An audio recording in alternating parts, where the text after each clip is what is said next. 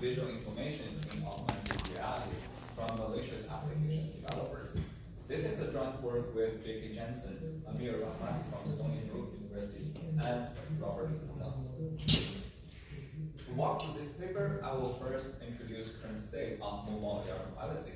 Then I will show you how we demonstrate the malicious data protection, and I will introduce the design and implementation of our proposed framework. And after that, I will show you our evaluation result and discuss with you about our future. To understand why we need a new framework to protect private information, we begin with talking about privacy demands and see how privacy protection evolves on those mobile devices. When mobile devices such as that kind of smartphones first came out, there were early third-party applications to utilize the camera on the device. And at that time, there's no privacy concern at all. Then, as both hardware and software are becoming more and more powerful, we realized that mobile vision applications running on those devices can expose private information. And after that, OS permission system is integrated, and the users now have the coarse granularity to deny or accept or accept camera or network usage. And at this emerging point of more and more vision applications that will become part of our everyday life, we probably wear this kind of wearable devices every day in the future. We wonder if this current operating system permission system is enough or not. Let's say a user finds an interesting augmented reality application on the App Store. We download the application and we give the application the necessary permissions to use the camera and network. And then he likes the application and he wants to utilize this application every day because he finds it very useful and very interesting. This application seems to be harmless. However, it may contain information that can be utilized by your adversaries. For example, what the user didn't know is that this application is developed by some malicious application developers. And the application developer is looking for credit card information in every frame. And then the frames containing those credit card information can be easily sent out to the private server through the previously granted network access without even further notification to the user. After this frame is collected, the application developer can interpret this frame and utilize the card information to buy anything he wants on maybe eBay. And this is only an example for collecting credit card information. You can imagine all kinds of private information that can be collected, including your face or your social security card. Therefore, seamless, harmless experiences expose gaping vulnerabilities. With this single permission dialog, the application gains non-restricted access to the visual data. And the application developer has the freedom to do anything they want with the information they collected. At this new paradigm of augmented reality on wearable devices, we ask ourselves, how do we allow augmented reality application developers access to the camera frames without allowing them to collect visual information? To explore this question, let's take a look at this traditional application architecture first. In this architecture, the camera frame and the network access are under the same application process. And in current operating system, the permission is granted for process. And all resources within this process are shared by different parts of this application. And in this architecture, the malicious application developer can easily collect those camera frames through this network access. We demonstrate this threat in 3 augmented reality applications, all running on the AR Core framework and Android OS. First, in this augmented images faces application, the camera frames are sent to our private server whenever faces are detected. In this text detection application, texts are sent to our private server whenever texts are detected. And in the augmented images application, the camera frames are also sent to our private server whenever the image marker is detected. In all three applications, the camera frames can be easily collected with minimal modification to the application.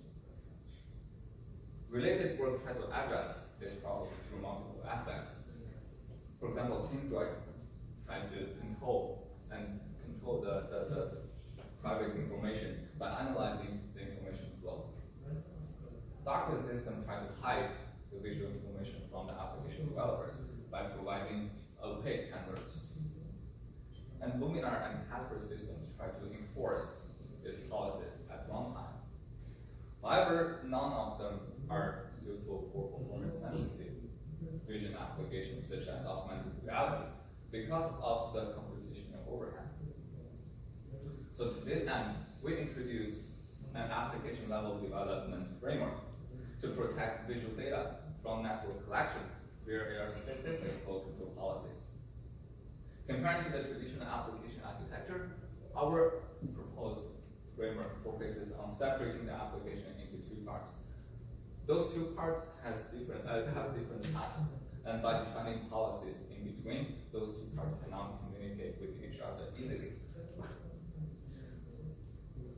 As someone may wonder, this model does not fit for all applications, such as like Facebook or Instagram, to which people want to share like their visible data to the network. What we want to introduce in this model is a new class of protection for visual information on file systems, apart from the network access, such that future applications like augmented reality can utilize the camera frames without exposing them. Our proposed application framework has two design principles. First, resource isolation between the camera process and the network process, and a unidirectional data flow from the network to the camera and never the other way. In addition, several policies are to be enforced.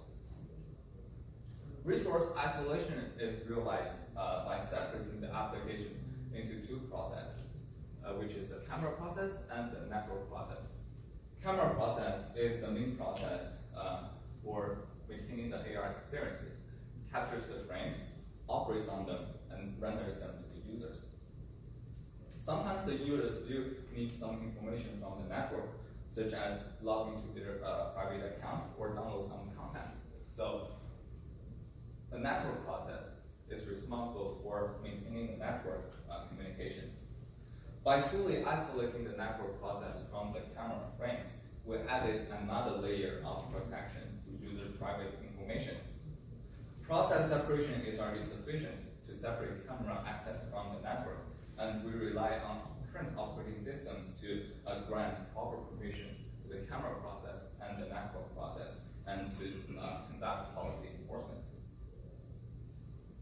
The camera process still needs to be given some information from the network process, for example, to authenticate user credentials or to download 3D models for rendering.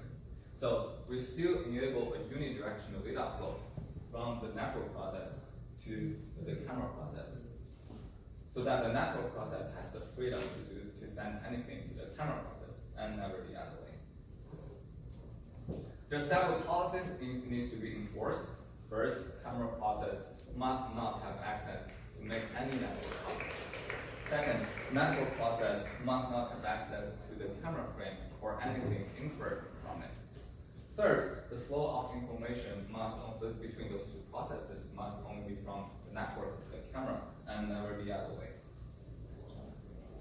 In detail, the camera process is denied the network access by revoking the network and file system permissions. The network process is denying camera access by denying the camera permissions. And this unidirectional data flow is realized with the help of the operating systems such as the Android vendor. We evaluated our proposed framework on a Samsung S8 phone running the Android 8. And we run the same AR application as I introduced for our thread demonstration. We modified the application's code to adopt our proposed framework. We measured the network traffic to track the network usage and the frame rate to demonstrate the effectiveness. The evaluation results of network traffic shows that in the augmented image application, Comparing with sending data at 1 kilobytes per second with the Malicious framework, the application running with our proposed framework has 0 batch network usage, which means no frame is collected at all. The result for framework shows that all applications running with our proposed framework has no performance overhead compared with the applications running with the Malicious framework. What we didn't address in this paper also includes possible resource sharing and over-channel communication, and how to enforce application developers to adopt this policy. And we also didn't address the mandatory camera network interface, which requires the application to download something by pushing buttons. As an early work for protecting visual information against malicious application developers, we see several future directions for our work. First, we'll explore a certification model to certify private enough vision applications. Then we will try to integrate our proposed policy to operating system to ease developers' burden to obey our proposed policy. And we will also try to explore how to give users the opportunity to define different levels of protections to meet various needs. And we also want to explore the context-driven privacy protection to accommodate various privacy concerns for different objects. In summary, in this work, we verified that under current application structure, vision applications like augmented reality are vulnerable to data collection by malicious application developers. We introduced a framework that isolates the network access from the camera frames and enables a unidirectional data flow from the network to the camera to ensure proper function. And through this resource isolation and unidirectional data flow, our proposed framework prevents the malicious data collection effectively with no performance overhead. And we believe that our framework will enable a future of privacy protected